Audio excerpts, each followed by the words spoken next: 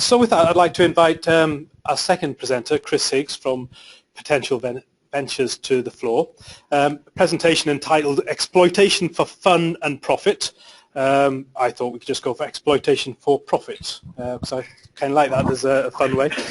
Chris has spent more than 5 years advocating closer ties with hardware and software development, helping companies introduce best software practices such as continuous integration to hardware development. And about 3 years ago, he co-founded Potential Ventures.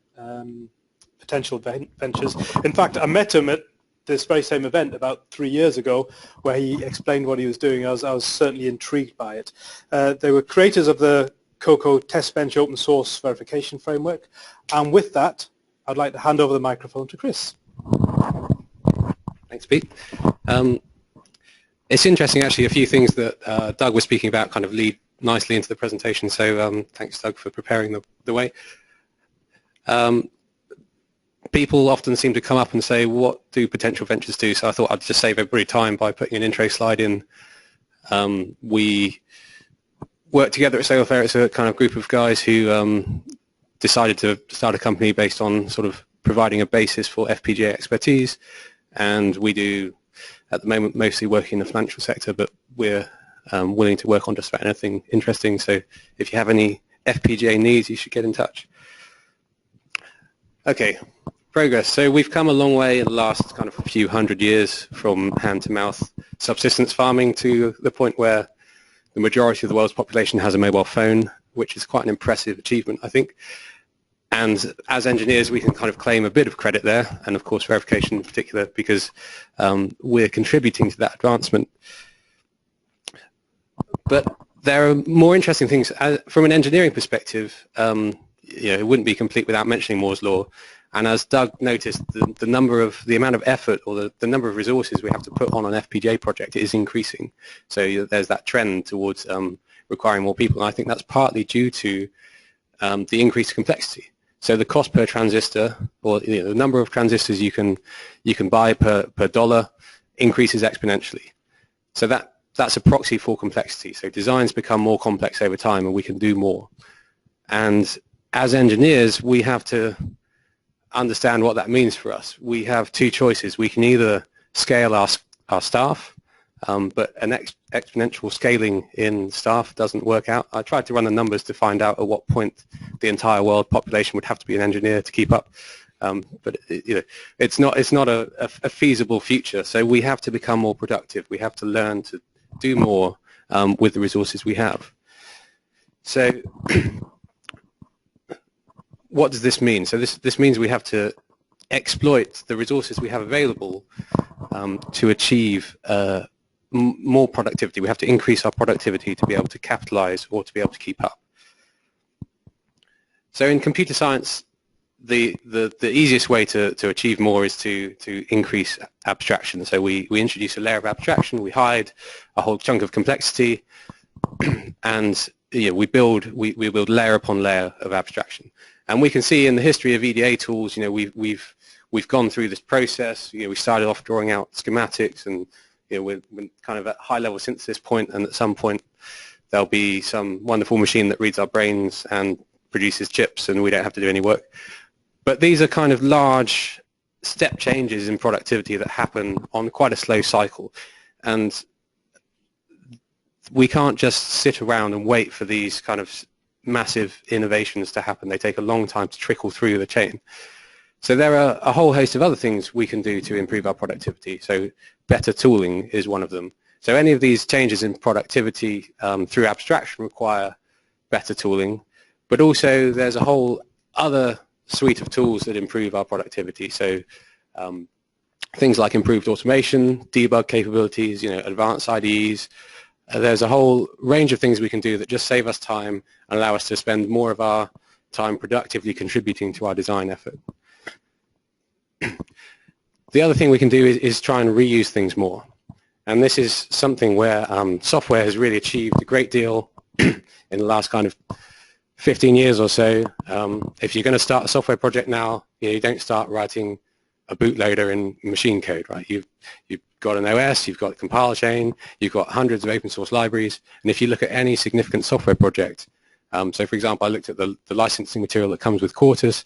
It references about 150 other products, open source software products that ship with Quartus. So they've built Quartus on top of hundreds and hundreds of libraries, and that's just the stuff they ship. Internally they're using all sorts of other tooling. So reuse allows us to focus our effort on the value add. We're building on top of the cumulative thousands of man hours of work that have gone into the things that we're building on top. So reuse is something that historically hardware verification we're absolutely terrible at, and I would speculate there are a few reasons. The IP market is kind of dysfunctional, to be blunt. So we budget time, we buy stuff in, and then we have to budget time to make it work. We're not. There's always that cost trade-off. Is it going to actually save us any time? There's very little kind of open source infrastructure or ecosystem in the hardware world. We don't have such a critical mass of developers that can sustain large projects, and there's very little incentive for companies to contribute back to open source.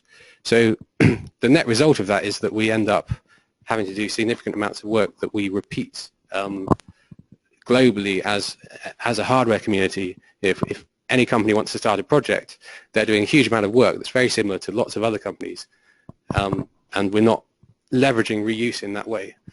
And I mean, as an engineer, I'm personally very lazy. I don't want to do all the work. If I start a project, I just want to do the bit that interests me, the fun bit that's going to make this product different from the others. So we need to find a way to learn from software and achieve some degree of reuse, such that we're building on top of previous work rather than redoing that same work over and over again.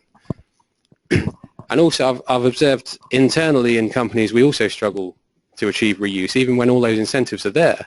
The extent of reuse is often kind of copy and pasting stuff from one project to another. We don't understand the kind of the economic equation of maintaining a sort of generic library of components. There's a whole load of stuff that feeds into that makes that difficult.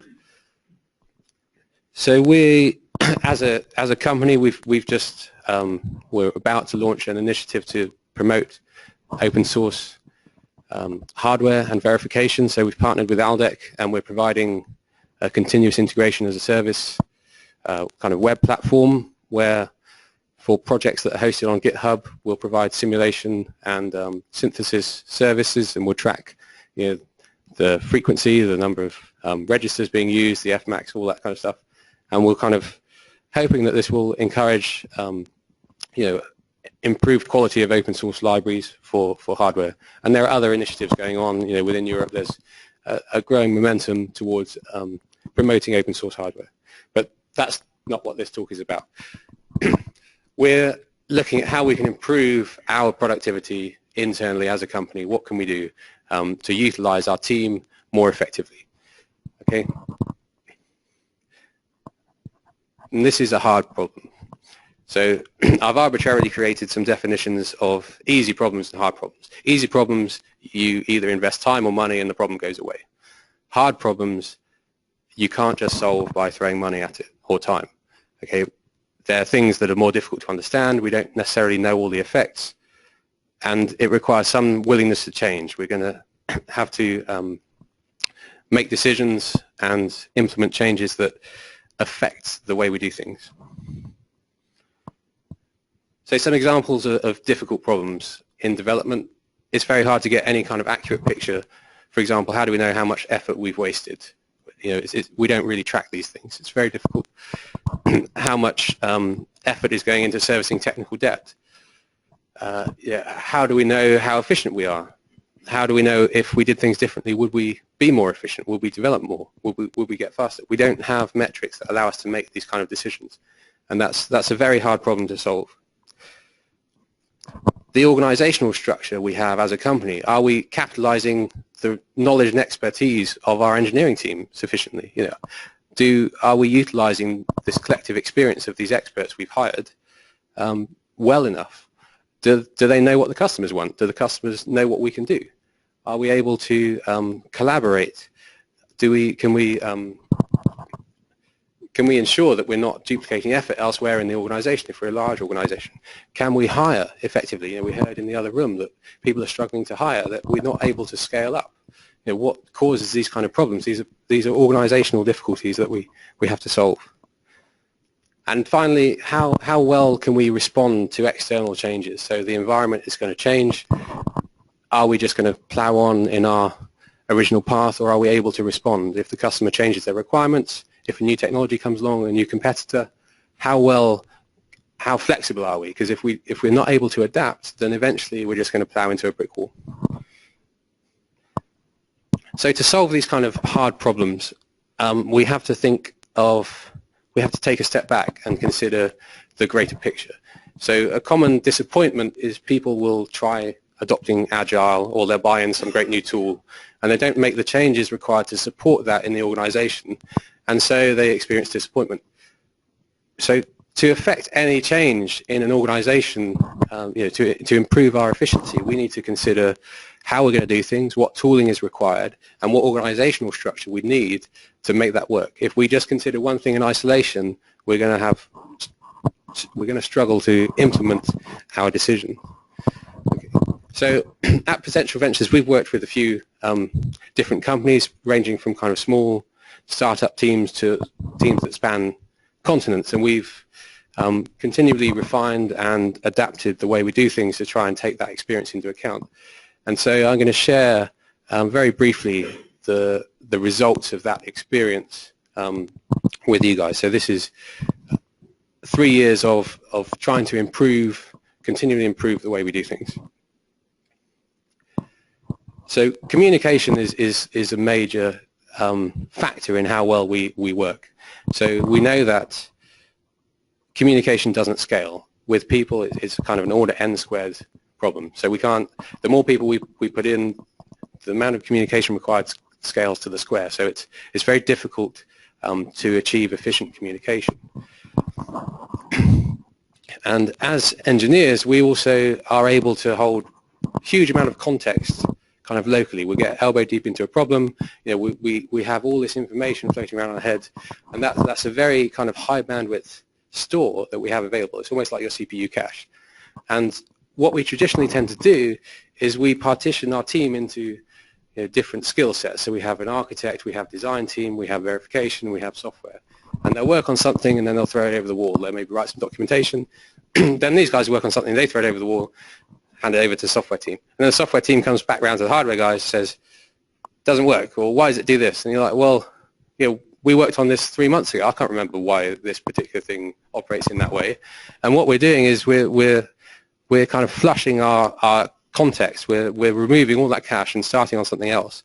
And we're introducing these kind of barriers and bottlenecks between our teams. And that's a very inefficient way of working. We're also forcing ourselves to capture knowledge in documentation, some of which will go out of date, some of it might not need to be documented. And we're not able to record the full decision history as to why we came to some, we document the end result rather than the reasons that we got there. So the obvious solution to that is to group everybody together in one team. Right, so we take a cross-functional swathe of our skill set. We've got our architect, we've got someone who can do hardware, we can do verification, we can do software.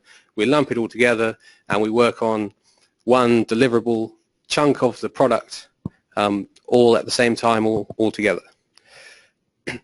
And we capitalize on that informal communication. So we're grouping everybody together and we're creating high bandwidth comms channels between all the different skill sets. And they're going to work on the same problem at the same time. They all have the same context in their working set, and they're able to rapidly solve problems. To a degree, they're self-organizing. So they will allocate work accordingly. They're all working together to solve a particular problem. So the goal isn't to just hand it off to the next team. The goal is to deliver something that works. And this is what you could call kind of agile methodology. I try to avoid using the buzzwords, but I'll just drop that one in there. Another benefit of this is that you're creating a rapid feedback loop. So your software guys can immediately say, this is not a good way to do this from a software perspective, and you haven't invested so much effort already in verifying something that you're unwilling to change. So you can capitalize on the ability to gather feedback very early on during the design cycle. But it's not easy to effectively tear up an organization and start again with a different way of working. So if you attempt to apply this, you need to be prepared to hit some issues. One of the fundamentals we found is that it's important for everybody to be able to speak the same language. I don't just mean kind of English, I mean technically. So we use, code is a very efficient way of unambiguously describing behavior. That's what we do all day. So a lot of communication is through the code itself. And so we need to adopt a common language that everybody can use throughout the team that they can refer back to and they can all contribute in. So obviously we use Python internally. We found that's a very good option because it's accessible to a wide range of people. But it's important that you don't silo to the point where somebody feels like they can't understand that or they'll never be able to fix that bug. We need to be able to upskill our team such that everybody can roll up their sleeves and get involved in every aspect of the design. And you end up with a much more powerful team who are able to solve problems. You're less prone to people getting hit by a bus issues because you're involving everybody in every aspect of a small subset of the product.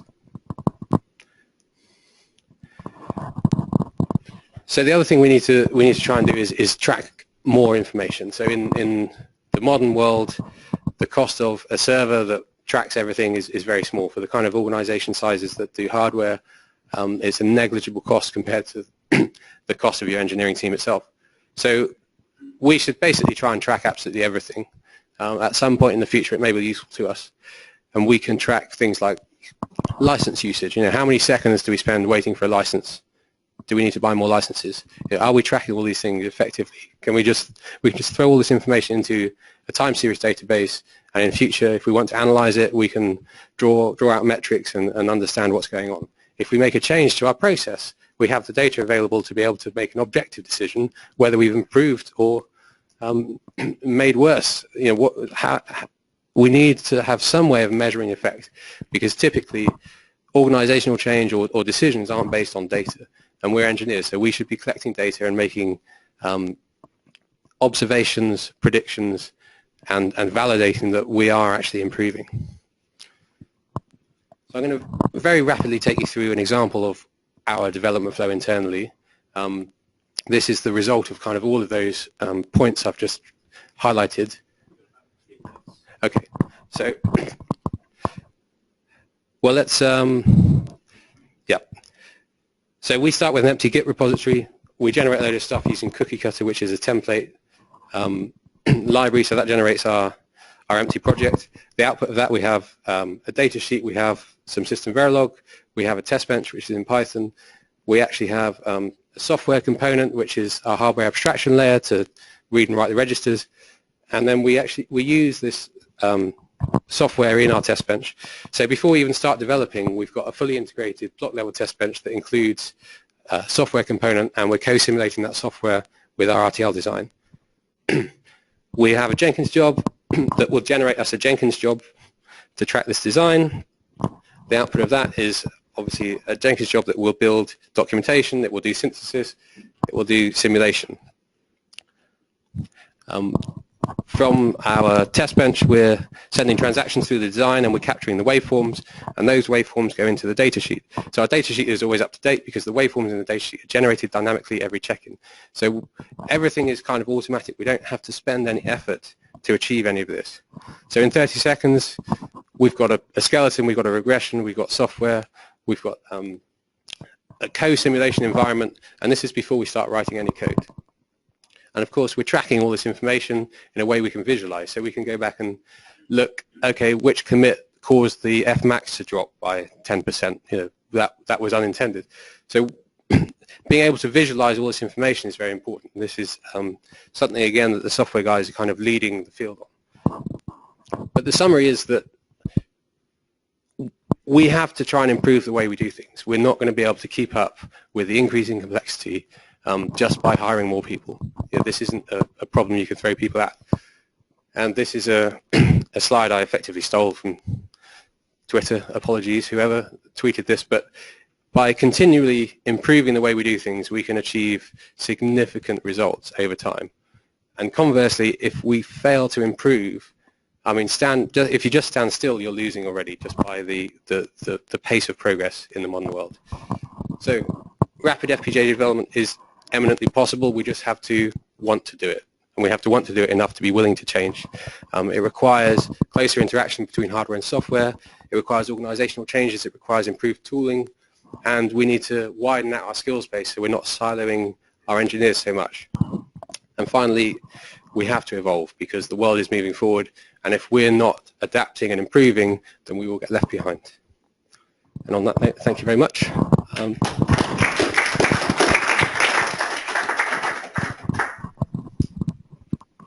Any questions from the audience? Sure. How much productivity improvement have you seen implementing your approach here? After all that talk about metrics, so I have some data. I have some data points. So when we first started out with CocoaDB, which is open source Python verification framework, that was actually born out of frustration with lack of productivity with UVM in a particular environment.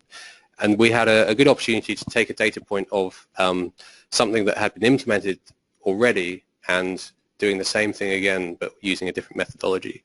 And I'd have to look up the exact numbers, but it was from order of multiple man-months to several days. But that's an extreme example, and that was the reason why we actually went down this path in the first place, was because we realized that this was not a scalable way to do things. Excellent. And I would fully support that. Everything you show here, what we have done for the last 7 years, we came from hardware in the industry. We moved to software test automation. We started with C++. We moved to Python. It's just so much more productive. The software industry and Agile methodologies are just so much more productive, significantly. I was shocked in the session this morning when some of the EDA guys posted some numbers, like 1.5 million lines of code in the verification component for AMBER. That's shocking. The AMBER specification is a fraction of the size of 802.15.4 as a wireless protocol. Our test environment for that is 150,000 lines. I mean, why is it 1.5 million lines? How can it be that it's 5 times more lines of verification code than design and implementation code? How can that be? Right? Where has it all gone so badly wrong in the EDA industry? But it's a good opportunity. You know, the world, our industry has to reform. You know, software has shown us the way. There's a huge amount of productivity gain to be had. So this is an opportunity to demonstrate that more efficient ways of working are possible.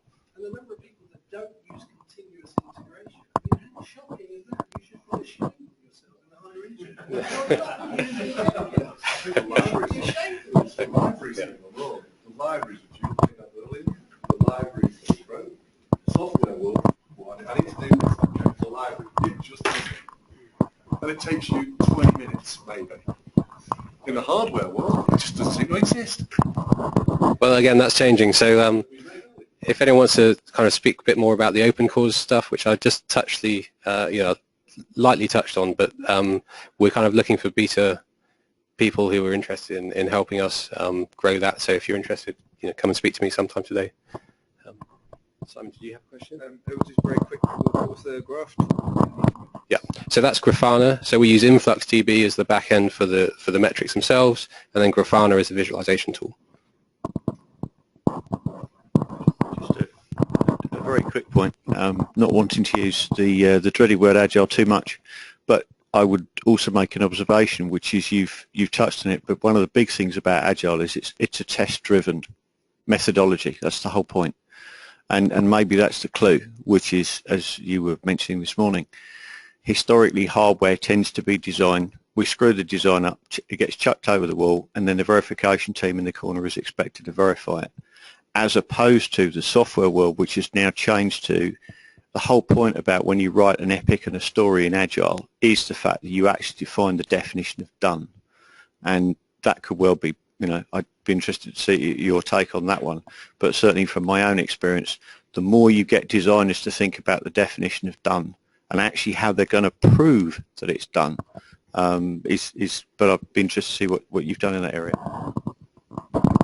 Well, like you say, these things, it's more a mindset change, right? So the goal is we're going to deliver something that's functionally complete, and we're going to take a group of people who are able to do that rather than throwing it over the wall.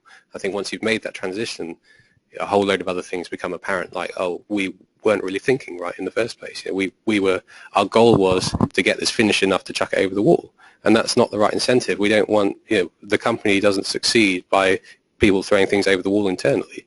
So we need to be more kind of driven on what is actually the success of this this company or this project or whatever we're doing. Yeah. Fareed? Yeah. Just a quick question. There's a statement made this morning that verification skill set and the software skill set will merge. Do you agree, or do you see those two skill sets remaining distinct while evolving? Okay, so the question was, are verification and software skill sets merging, or are they not? So I have a slightly extremist view. I think there's no such thing as verification.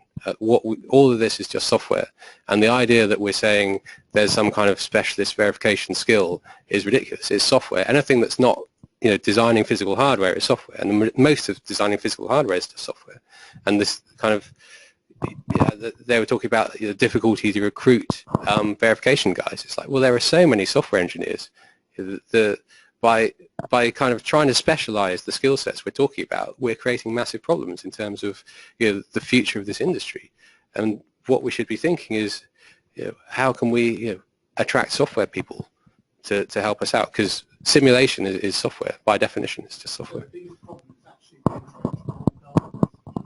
Yeah. Revolution.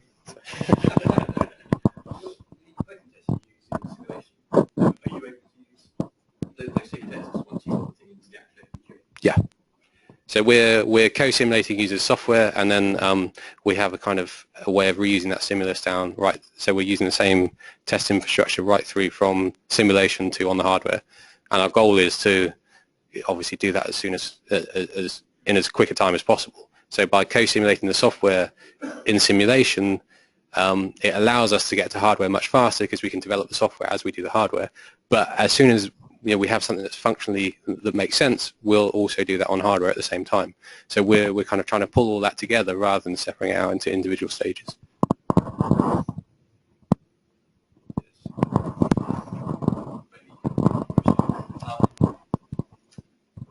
Towards the end of your talk, you were talking about gathering stats and storing that and analysing it to learn from it.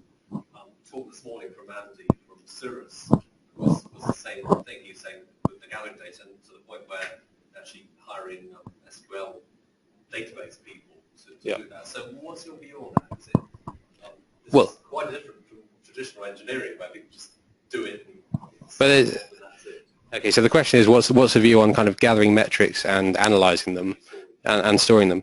So, I mean, the point is that what's enabled this is the cost of computing and storage has gone down massively. I mean, we could pretty much record every keystroke we all make, and it would cost almost nothing to record that ad infinitum. So in terms of commits, license usage, all the metrics about the way engineers work, we can very cheaply store that. If you want to store the logs as well, then it starts to add up, but you can extract summary information from the logs and store the summary information. But I think that ties into engineering. Engineering is we need data, we'll make a hypothesis, we'll make decisions, and we'll observe change. I think the problem is, up to date, we've just kind of been a bit ad hoc, and it's finger in the air guesstimations of how to do things. And what we've seen is, so companies like Google lead the field in this. They even track, for example, how well people did in an interview versus how well they progress through the company, so they can feedback and tweak their interview process to try and make it more efficient. Applying kind of data science to improve the way you do things is engineering. It's just we've historically, I guess, either not had the bandwidth or the technology hasn't been available.